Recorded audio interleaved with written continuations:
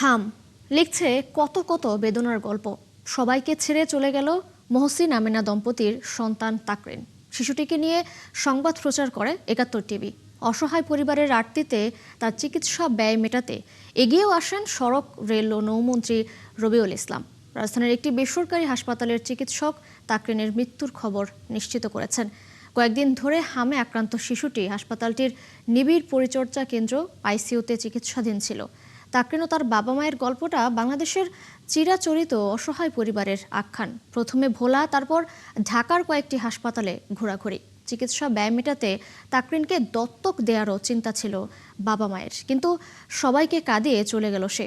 পেছনে পড়ে থাকলো বাংলাদেশের চিকিৎসা সেবার উচ্চ ব্যয় ও অব্যবস্থাপনার চিত্র।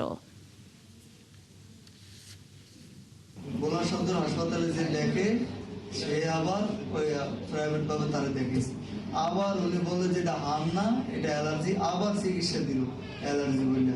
এরকম করতে করতে প্রায় 20 দিন আমরা ভোলাতে চিকিৎসা করেছি। তো আমরা বলতে চাই যে ওরা যদি সঠিক রোগের কথা বলতো তো আমরা যে রোগটা ওর শরীরে ছিল এই রোগটার চিকিৎসা করানোর জন্য চেষ্টা করতাম। বাচ্চাটা ভেন্টিলেটরে বা লাইফ সাপোর্ট মেশিনে ছিল। ওর আজ ভোর সকালে 7টার সময় ওর প্রথম কার্ডিয়াক অ্যারেস্ট হয় বা হৃদযন্ত্রের ক্রিয়া বন্ধ হয় প্রথম। তখন আমরা ওকে সিপিআর বা কার্ডিওপালমোনারি রিসাসিটেশনের মাধ্যমে ওকে ফেরত আনি।